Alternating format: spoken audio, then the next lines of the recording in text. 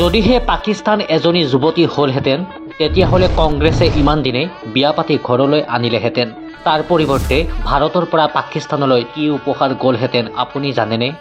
55 কোটি টকা নগদ ধন, ভাৰতীয় নদীৰ 80% পানী, মষ্ট ফেভাৰ নেশ্যনৰ স্বীকৃতি আৰু বোনাছ হিচাপে 93,000 শত্ৰুপক্ষৰ সেনাক বিনা চৰ্তে মুকলি।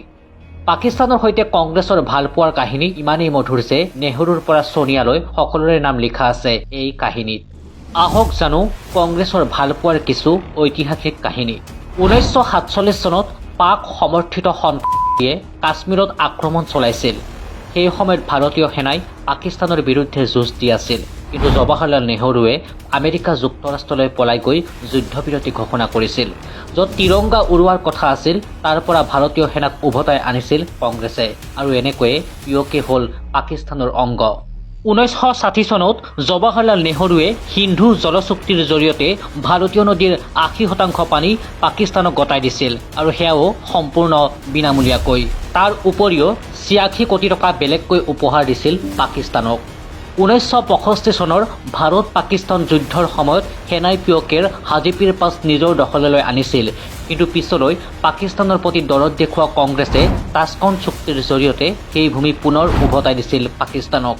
অৰ্থাৎ শত্ৰুপক্ষৰ পৰাজয়তো বিজয়ৰ উৎসৱ পালন নকৰিলে কংগ্ৰেছে। 1971 চনৰ যুদ্ধত ভাৰতীয় সেনাই পাকিস্তানৰ 93,000 সেনাক বন্দী কৰিবলৈ সক্ষম হৈছিল, কিন্তু এইগৰাকী আইৰণ লেডী ইন্দিৰা গান্ধীয়ে মমৰ দৰে গলি চিমলা চুক্তিৰ জৰিয়তে 93,000 সেনাক উভতাই প্ৰেমৰ পৰিচয় দিছিল।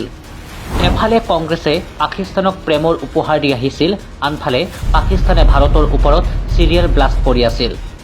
1989 চনত পাকিস্তানে সন্ত্ৰাসবাদীৰ দ্বাৰা কাশ্মীৰত হিন্দু লোকৰ ওপৰত হত্যালীলা কৰিছিল। কাশ্মীৰৰ বহু হিন্দু লোক গৃহহাৰা হৈছিল, কিন্তু কংগ্ৰেছৰ ভালপোৱা অন্ধ আছিল।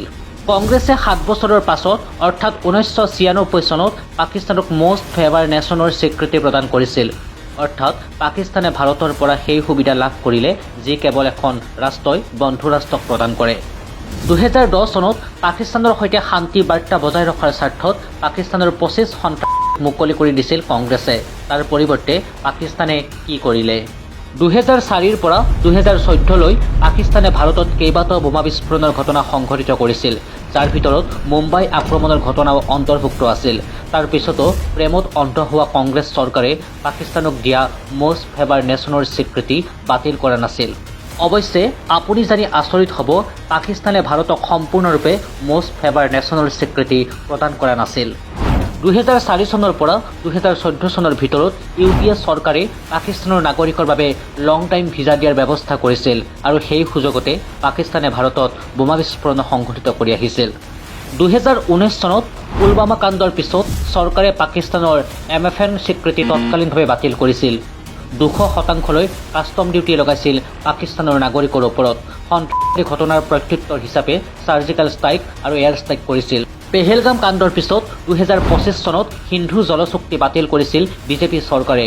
অপাৰেশ্যন সিন্দুৰৰ জৰিয়তে তেওঁলোকৰ 9টা সন্ত্ৰাসবাদীক হত্যা কৰিছিল। 12টাকৈ বিমান ঘাটি ধ্বংস কৰিছিল ভাৰতে, আৰু পাকিস্তানক তেওঁলোকৰ ভাষাতে প্ৰত্যুত্তৰ দিছিল। অৰ্থাৎ এতিয়া না পানী পাব, না ৰেহাই, না পইচা, না সময়। এয়াই হৈছে ৰাষ্ট্ৰহিতৰ বাবে চৰকাৰে লোৱা পদক্ষেপ। কংগ্ৰেছে পাকিস্তানক যুদ্ধ, বাণিজ্যিক ক্ষেত্ৰত আৰু ভোট বেংকৰ বাবে লাভান্বিত কৰি আহিছিল। পানী দিলে, পইচা দিলে, সেনাক উভতাই দিলে আৰু সন্ত্ৰাসবাদীক উভতাই দিলে। এই সম্পৰ্ক ভাল পোৱাৰ নাছিল, এই সম্পৰ্ক আছিল ভোট বেংকৰ, যাক কংগ্ৰেছে আজিও পালন কৰি আহিছে।